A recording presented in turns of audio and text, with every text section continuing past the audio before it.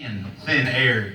You hear on these shows and stuff, people vanish into thin air. I tried to vanish into thin air once, but half of my body was still sticking out. So another thing I don't get and have a little trouble with is skinny jeans as a big guy. If you are wearing skinny jeans and you are able to get into the skinny jeans, I applaud you because I cannot.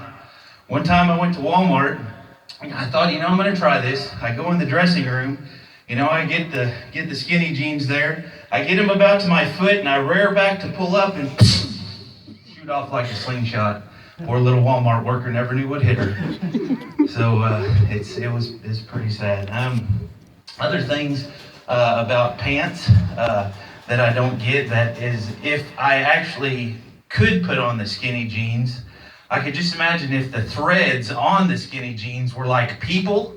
They would probably be like those people who are going down the rapids in like the raft and everything, and they're like, hold on tight, he's walking! And so to get skinny jeans on a big guy would be a pretty amazing feat. So another thing that kind of cracks me up a little bit is, have y'all seen these pants that have words on the backside? I think that might be a problem in our country, that we're reading rear ends instead of books.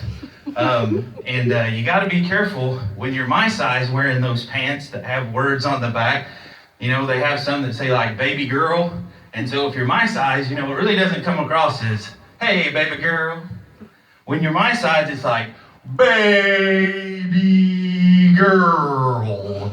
And it just doesn't come across the same. But if you're going to be my size, and you're going to wear those pants with like words on the back of them, you need to get some that have words that'll go all the way across, like encyclopedia.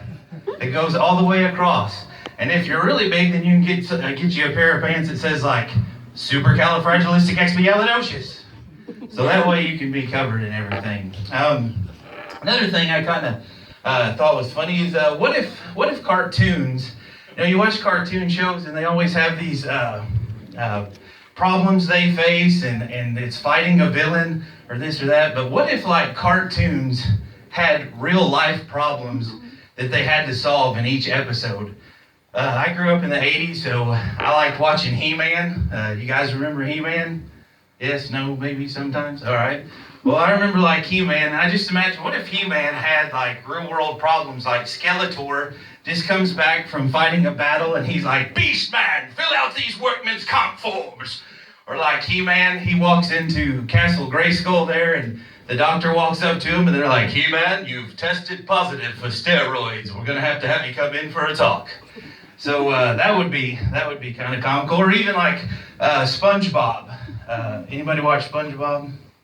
Am I the only 40-year-old that watched SpongeBob? Sure. All right, SpongeBob. What if he went to go sign up for food stamps down at the welfare office, and he can't do it because he's getting too many hours at the Krusty Krab, but yet he's got Patrick, his next door neighbor, who's living rent-free under a rock. He's got the TV, so he's got cable and no job, and he's getting $500 a month.